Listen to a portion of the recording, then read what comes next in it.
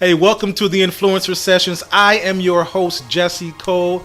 I am excited about this session. We interviewed Mr. Bobby Ivory, who is the CEO and founder of Gracenote Coaching Systems, which is a program for business people, entrepreneurs, ministers, anybody who wants to become the better version of themselves and get sharper in their craft. This is the program for you. It's a success program, a business success program for anybody who wants to get better in their genre or in their marketplace. Look, I was a student a couple of years ago, and it changed my life dramatically.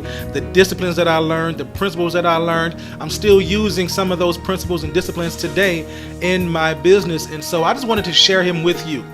Mr. Bobby Ivory, I wanted to share him with you. He's added so much value to my life. Not just my life, but many others' life across the country, man. And I wanted to sit down with him and pick his brain on how entrepreneurs can become more focused, how we can have the disciplines to go further, to become the better version of ourselves. We're talking about purpose. We're talking about balance. We're talking about getting rid of habits that don't work anymore. There's so many people who are trying to do the same thing and expecting the same different results. And I think Einstein called that insanity. We talk about how to not be insane. So I hope that you get something out of this, some tips, some strategies, and we'll be back in a minute. Mr. Bob Ivory on the Influencer Sessions. But if a man has a why for living, he can endure almost any how. The person that knows how will always work for him that knows why. Okay. Because when you know why, how it is, you get workers for how. Yes. But when you know why, you know the grand design, you know the passion behind it, Yes. and what its overall reach is going to be, then you can endure a lot of things in that regard. So, how does a person get to their why? Mm. Because in theory, it sounds good. Like, man, Sure. if I can just find my why, Yeah. everything would be so much better. But how does a person get to their why, to their core? Well, they have to learn to be quiet. Yeah. And there's no magic pill. You have to learn to be quiet. Are there any signs? This is how our God, our Creator, has designed us. You think about an apple or apple tree. Inside of that apple is the potential to produce more. Yes, sir. It's already inside of it. It's built into the design. So it is with us. Inside of you, inside of me, is already planted that grand design. Yes, sir. If you don't believe that, then you're always going to wander in darkness, so to speak. Because what do you believe? Right. That's what you have to conclude. Now, it's not really difficult to come to a system of belief, because we come to our system of belief by virtue, for lack of a better term, what is not moving. What is the standard? You have a standard to live by. You're driving a car, you're sitting in a parked position, and you're sitting next to another car that starts to move. You may have had this experience where you're not moving, but because the car is moving, you start to think that you're moving. Mm-hmm. And so what do? You slam on the brake, you look around, and you see what isn't moving. Mm-hmm. In other words, you say, this is my anchor point right there. Okay, all right, I'm good. They're moving. I'm not, because sometimes it's hard to distinguish what's going on. But bam, am I moving or, and sometimes in your own life you think you're moving forward and you're not. Moving backwards. You're moving backwards or you're standing still. Yes, sir. The way you see the world. Wayne Dyer says it this way: change the way you look at things, and the things you look at change. I like that. You start to see your existence for what it is and not what people are telling you it is. You have to see your harsh realities and your wondrous beauty. You have to see it all, and not like the words used earlier, in a balanced fashion. And that can be a challenge with so many trends. Right. And our society, media is always throwing the new thing in front of you. Right. And it's, you want to chase that. Everybody else is doing it. It looks shiny. It was successful for this person. Sure. Let me try this. And so, going back to that why thing, it's extremely important that you know your why. And you can elaborate on this if you like, Mr. Ivory, because if you don't know your why, you're going to become a victim to somebody else's how. Sure. As long as you know your why, you can become centered. You'll be more balanced. You'll have the clarity that we were talking about. Right. You will have somewhere to start. And also being quiet. Right. All that. So Can you add more to that, because I'm Sure. getting excited and Sure. my mind's already going. Sure.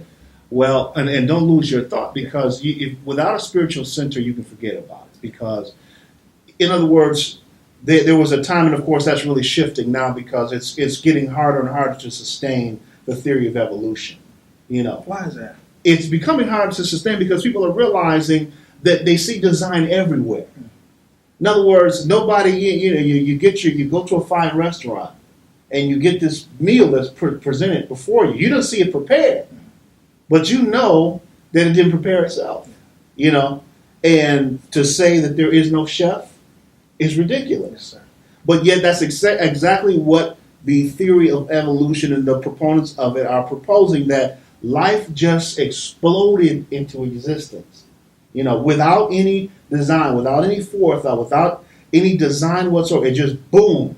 I have never in my 48 years seen any explosion blow a building into existence. Never seen it happen. Never going to happen, because that's just not how it works. And then you're talking about design. You see design in the universe. You see order. You see structure. Why is it that the earth is orbiting around the sun? Because somebody wanted it to be so. You think about the preciseness of the earth in relationship to the sun to nourish life. It's not a mistake that we don't constantly see people flying from other planets, because there are some things that are hidden from our understanding. Yes, sir. But my point being is, without a spiritual center, without the grasping of the fact that yes, there is something larger than me that called me into being. Now, here's something that's powerful. I believe it's in Jeremiah. It says, before you were formed in the womb, I knew you. That's powerful. Now, don't miss this now, because this is deeper than it seems on the surface. Don't miss this, before you were formed in the womb, which means that before you were in the womb, you were outside of the womb before you got in the womb, because I knew you. That is forethought and design to the nth degree. It's powerful when you grasp that appreciation, that there's God outside of me that has a wonderful plan, but He also enjoys watching it unfold in real time. And isn't it amazing? It's God, that we have the same kind of power, the same kind of creation power. Exactly. Before we sat down and did this interview, I knew that we were going to sit down. I already had it in my mind before I wrote this book. Right. I knew what it was going to look like before it arrived in my home and in the box. And so we have that same kind of creation power. We are made, when it says that we are made in His image, we really are made in His image. That's very true. Yeah. To embrace the truth. What did Jesus say? You will know the truth. You become intimate with it. And that truth that you know will make you free. It will give you you will understand what it is to be free. And now that goes into, well, you also become free to serve, and free to give, and free to experience. It just goes on and on. Yes, sir. Good stuff. This is some good eating, man. This is some good eating. There's so much more that we can talk about, but I would like to end it on these last couple of notes. Sure. I know I want to end it, but it may not end if God wanted to keep going on. I understand that. We were talking about purpose. We're talking about flow. How important is it for an individual who wants to embrace their leadership to understand not just their purpose, but there's a flow to their purpose as well? Meaning, you have a purpose, I have a purpose. Your lane, your flow may be different than mine. Sure. I shouldn't look at your flow and judge my success by your flow and vice versa. Exactly. How important is that? It's extremely important. Even, again, everybody has a role to play. It's like your body. What if your body was, it's a substance of scripture, what if it was always a hand or a foot? It would look ridiculous. We all have function.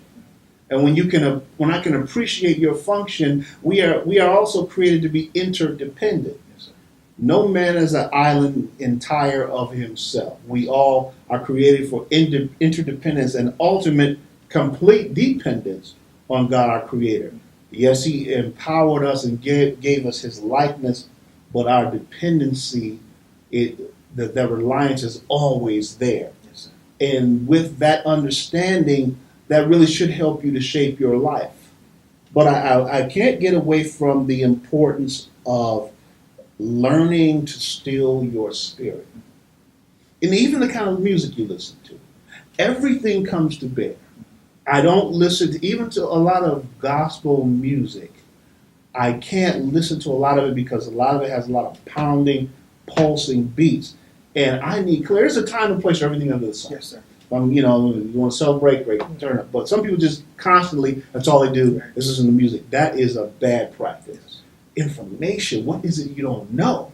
You start listening to people like yourself and people like Wayne Dyer and Viktor Frankl and getting some new information, Jim Rohn, how did they make it? Yes. And I'm not Jim Rohn. I mean, sometimes I've made the mistake of trying to emulate, try to be my coach, or try to be Jim Rohn or Tony Robbins.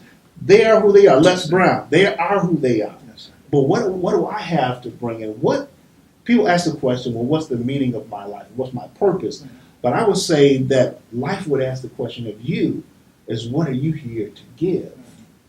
Not just what am I here to take and to get out of life, but what are you here to give to life? Yes, sir. Yes, sir. What are you here to give to life? That's question number one. And the last question is, how do you stand still? How do you quiet yourself? What is your daily regimen to quiet the chaos? Sure. Well, I have a cornucopia of things to give, and I don't go into it a lot because it makes it hard for me to focus when I start talking about all the things that I'm doing. I like people to discover some of the things I'm doing. It depends on where I am that I reveal other aspects of what I do. But the place of quietness, it's interesting. I used to sit in silence in the morning. And sometimes I still do, but I have gotten to a place where I've done it so much that it's a lifestyle. It's my state of being. Okay. I wake up with gratitude, telling my Father, thank you. I appreciate this opportunity. Yes, there's going to be some challenges, but I'm thankful. And that attitude of gratitude is so important that I would say to anyone that's watching this is never, ever lose your sense of wonder. Because that sense of wonder is what keeps you like a child, keeps you with that energy. Because, when you start looking at the things that are going on in the news, if you watch the news, it'll tell you get depressed. I'll let the government deal with ISIS and all that other stuff. What's my role? Like you asked me the question, what am I here to give to life? And happy to see you doing what you're doing. It's one thing when you have somebody in your life and they serve a purpose and then they're no longer there. Mm-hmm. But it's another thing to have somebody in your life that serves a purpose and their presence stays. And that's one thing I'm trying to create with my son. Mm.